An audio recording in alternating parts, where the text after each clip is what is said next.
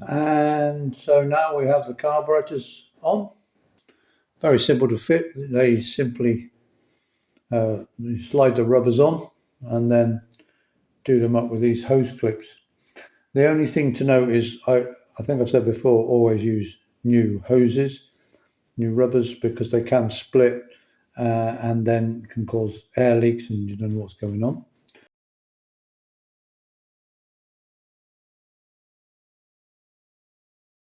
The other thing to notice, there's these hose clips, these Jubilee clips.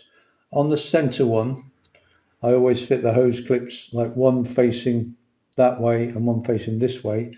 That's because of the actual throttle linkage down there. If you fit the clips, if you had the head of this clip at the bottom, like it is on this one, then that would interfere with the throttle mechanism. Okay, so on the middle one, I always have the one nearest the carbs facing this way, and the one nearest the head facing the other way.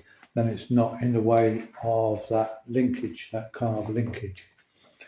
Okay, but here we go. The carbs on and throttle connected. So there we go. We have a throttle. Marvelous. Okay. So yeah, so we're getting there bit by bit. Beginning to look a lot like an engine now, isn't it? Oh yes.